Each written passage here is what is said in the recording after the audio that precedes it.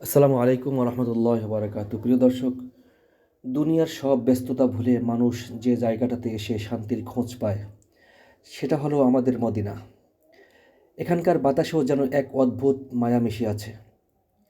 এই যে সারি সারি সাদা পাথরের খুঁটি আর সুন্দর সব নকশা, এগুলো শুধু দেখতেই সুন্দর না, এর প্রতিটি কোণে মিশে আছে লাখো মানুষের আবেগ আর ভালোবাসা। এখানে এসে দাঁড়ালে মনে হয় মনের সব কষ্ট যেন নিমিষেই মুছে গেল। কেউ হাত তুলে মোনাজাত করছেন, কেউ সিজদায় পড়ে কাঁদছেন, আবার কেউ নীরবে অপলক তাকিয়ে আছেন। সবার উদ্দেশ্য কিন্তু একটাই, একটু প্রশান্তি আর রবের দিদার।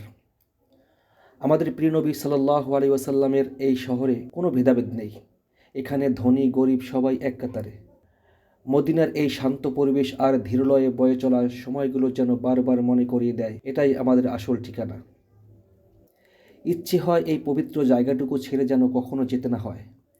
আমাদের সবার মনেই তো একটা সুপ্ত ইচ্ছা থাকে, বারবার যেন এই মদিনার মেহমান হতে পারি। আল্লাহ আমাদের সবার এই মনের আশা কবুল করুক। আমিন।